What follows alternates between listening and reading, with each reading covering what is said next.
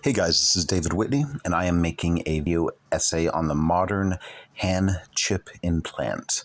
And if you know anything about the Bible, this is what I believe is a foretelling of what is to come, that all men, great and small, will not be able to buy or sell without a mark on their hand or forehead.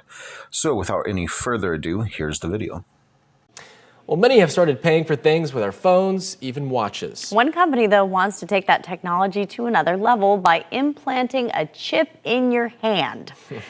So, the overseas company Walletmore is selling the microchip in parts of Europe. It's about the size of a grain of rice, goes under the skin. It's then activated using a digital wallet app. The chip is going for about $300, and the company says at least 200 people have gotten them implanted already. I would have many questions for a doctor about that. Yeah, how healthy Didn't look is very that micro, did it? No. It was pretty big. I mean, It was a pretty big chip. I mean, you know, a paper cut hurts. You're going to put a thing like that, you know, in What your happens hand. if you have to change banks? You got to like get that thing you got to and put change it back out. in. I don't know. I ain't interested in it. Keep it away from me. I would just want to know how it affects your body. Yeah, it can't be good. It can't be good to put some electronic device in your body and keep it there. Ooh-wee. Good luck with that. Would it be possible to hit a few headlines with one of my favorite OG Daily Show correspondents?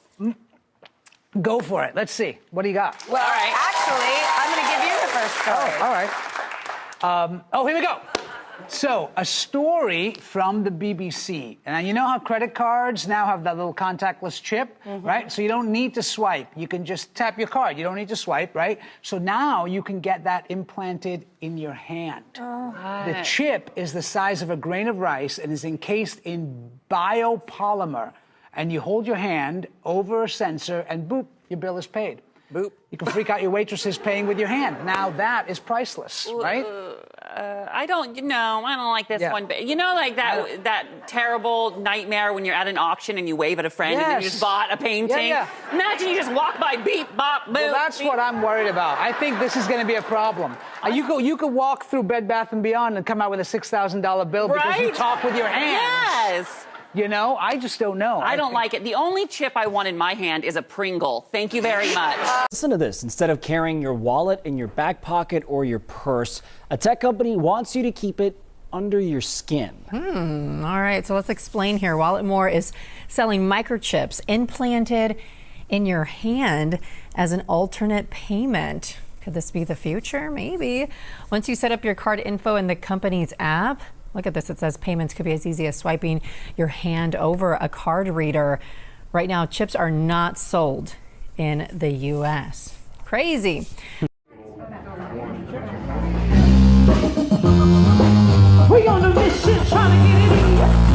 There's a natural overlap between body hackers and the blockchain movement.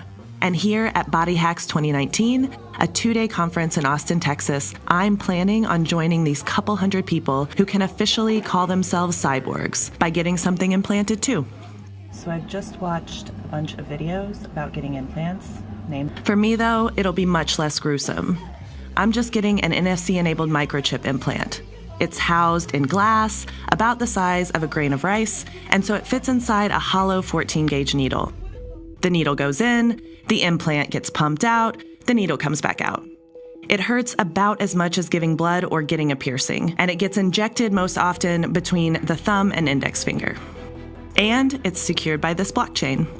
That's the implanter's joke.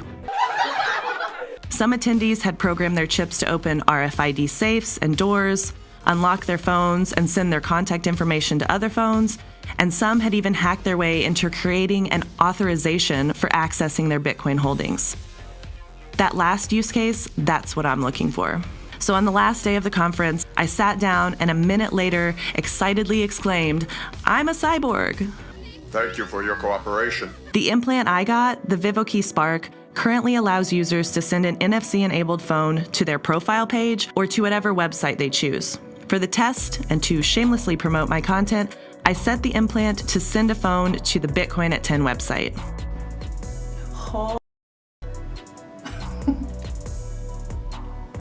It did in fact take me to Bitcoin at 10. Can I try? Yes. Now we'll try with another person's phone.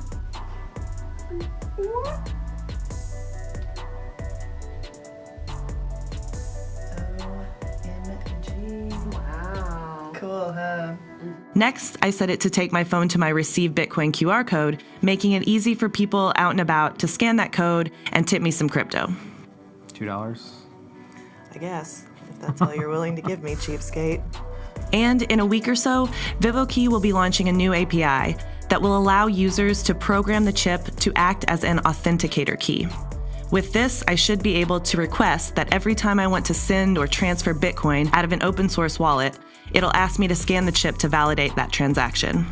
And that way, the chip will act as a unique security measure that might make my hand as valuable as Clean Eyes in Minority Report. But seriously, don't take my hand. I don't have that much crypto. Welcome back. When was the last time you wrote an actual check or bought something with cash? Swiping and tapping our cards and our apps are not just the easiest way to spend money, they're the safest way, unless, of course, we misplace our phones or our wallets, and then it's a nightmare. It is hard to misplace your hands, however. And soon your hand may be all that you need to buy anything that you can afford and many things that you can't. Because a company called Walletmore is developing a very teeny tiny chip. You see it there in the X-ray? That should creep you out. The chip is like the ones that are found in smart credit cards or debit cards, and the chip gets embedded just under your skin and makes your whole hand a credit card. Joining me now is Wojtek Perota. He's the CEO and founder of Walletmore. Okay, Wojtek, this is so futuristic and out there, but walk me through how it actually works. Hey, so first of all, thanks for having me. Let's look at the chip as a super small card that you can use wherever contactless payments are accepted. So it's exactly the same NFC technology, which stands for near field communication, and therefore it can be used only for the near field communication payments. So therefore you cannot be tracked, you cannot be monitored, you cannot be spied with that implant because it's exactly the same technology as credit card. So here's my worry, is that you can accidentally buy something by just having your hand too close to a machine, or you could accidentally have your data all stolen by shaking someone's hand, because a lot of times we protect our cards in cases that can't be penetrated. But if it's in your hand, it's really hard to do that.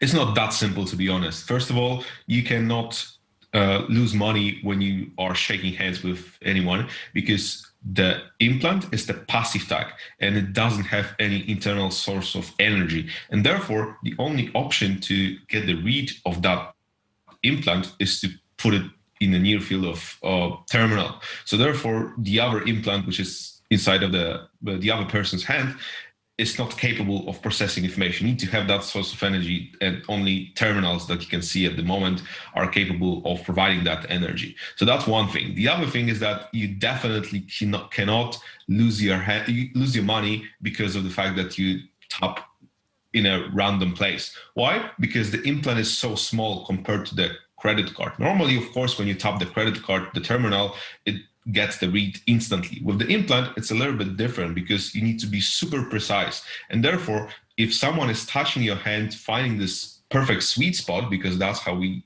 need to look at it, you would realize at least 10 times that something is going on with your hand. So that's Do you have it? Wojtek, do you have it in your hand right now? Yeah, of course. Actually, the X-ray that you saw was for my hand, and that's how it looks on my hand. So show me your hand. Is it possible to see it at all? It's just barely standing out, right? Like it looks like maybe a little like a scar. Yeah, as you can see, I'm popping it a little bit. Oh man, that's crazy. Did you have a doctor insert it? Yeah, of course, that's part of the deal, because we are only building the implants. And when it comes to the installations, we want the whole experience to be as safe as possible. And therefore, we built a network of partners all across Europe and the US. So therefore, if you are ordering an implant from our site, it's of course shipped to you, but then you need to schedule the appointment with one of the specialists who will just set it up for you. So do you use it? Like, do you go up to a cashier and say, yeah, I'll just tap my hand? And if that's the case, what's the reaction from the sales clerks? Yeah, of course. I've been testing it myself since the very beginning. I have been the first person to get it installed. And reactions are pretty wild, to be honest. Sometimes people just don't care about because when they are stuck in the office for like 10 hours, they just do not care. They just care about having the payment to be processed. But sometimes the reactions are really extreme because when I tap my hand and there's clearly nothing hidden inside of the glove or anything else, anywhere else, they are just asking how the hell is that possible? You need to have a watch somewhere down here in your shirt. But when I'm just taking it down and seeing and showing that okay, there's nothing out there, then the conversation begins. But in most cases, it turns out to be like a positive conversation, because as long as explain how it works and what's actually inside, they're pretty much optimistic about it. So there is an instant. Well, I'll tell you what, there's still a lot of regulatory there. I mean, this is a long way before its mass market appeal, but it is really interesting to see that you're on the leading edge of this and that you're doing it yourself as your lead guinea pig. Wojciech Paprota, thanks so much for being on. I want to stay with you on this story to see how you do with the business. Thank you for watching. Go to newsnationnow.com to find News Nation on your television provider. And don't forget to click the red subscribe button below to get more of News Nation's fact-driven, unbiased coverage. Hi, this is Dr. Bertalan Mescu, the medical futurist. And today I want to talk about RFID chips and whether or not it's a good idea to implant one. So you have something else that's really interesting in the newsletter about people in Sweden putting implants, microchips, right, into them. We've seen something like this here. There was a company that in Wisconsin, right, so they could get stuff out of the vending machine with these microchips. So what's happening in Sweden? In the past couple of years, Sweden has seen a growing number of people getting microchips implanted under their skin. It was once a very niche thing among the most dedicated biohackers, but now it's becoming mainstream in the tech-savvy and open-minded Scandinavian nation. And I'm a proud geek, so I wanted to get one too.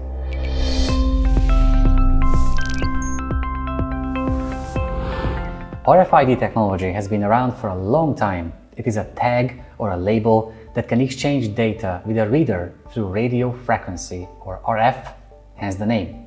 There are thousands of applications for it. We use them in our credit cards, we tag our luggage with it, and we implant our pets with it, so they always carry contact information in case they get lost. It's a simple but wonderful technology. What's new is that now we can implant it in our body too.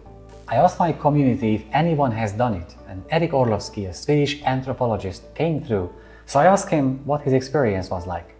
Hi, my name is Eric, and I recently returned from my 3 months thesis fieldwork in Sweden, researching microchips, and now I'm here to answer a few questions about them. About popularity, I think it's important to understand that there's only about 5,000 people in Sweden with an implant, and out of a population of 10 million, so they're relatively popular but not super widespread. Much of the relative popularity, I think, stems from Sweden being a very tech-optimistic culture. So there's this willingness to try out new technologies without necessarily being worried about kind of the big risks or the kind of big things that could go wrong. I have a chip. I got it right here about 3 months ago when I started my research. And I got it for the same reason that I think many of the people I've spoken to have gotten one, and it's curiosity. Obviously, where it stems from is different depending on the individual. And in my case, it stemmed directly from my involvement in the research. Seems fairly easy. With one of those things, you have the option to customize it more. And with the other, it's as simple as it gets for the basic applications. And at this point, I really had to Google what it's like when they inject it. I want you to take a nice big deep breath in and exhale, release. There we go. It's in there. It's in there. Pretty quick and easy. It's not too bad, right? Apparently it feels like a bee sting, a really big bee sting. And just like that, in a few seconds, you can be part of a yet small group whose members are technically cyborgs. And since I'm a huge fan of science fiction, I find this pretty exciting. But as a physician, I wanted to know more before I was about to commit to a medical procedure altering my body, right? So I prepared a few questions for my surgeon friend, Dr. Zsolt Varga. Besides the ethical and privacy-related concerns, RFID implants are thought to be medically safe. Millions of pets are already tagged this way, but it must be noted that no long-term large population data for human use is available at the moment. In my opinion, it should be carried out in a clean environment, in aseptic circumstances, preferable by someone with anatomical knowledge and experience in performing basic medical procedures. The full recovery can take up to 4 weeks, but it does not interfere with any daily activities. Medical risks of any other implants are presented, like wound complications, tissue infections, allergic reactions, or post-procedural pain. Latest studies have shown that cancer caused by RFID chips is virtually non-existent in humans and negligible for animals. The removal is a bit more complicated than the insertion. After marking the implant site, local anesthetics should be given, and the device can be removed through a small skin incision. That could be closed either by sutures or other sutureless wound closure methods. I suggest that the removal should be performed by a medical professional. With all these pieces of information, I thought the rewards outweighed the risks. At least for me. With this chip, I could operate doors, unlock my phone, or even carry my boarding pass at airports. It's awesome. I just needed to get the all-go from my wife as we discuss every body-altering technology that I plan to use. Honey, I want to implant myself with a...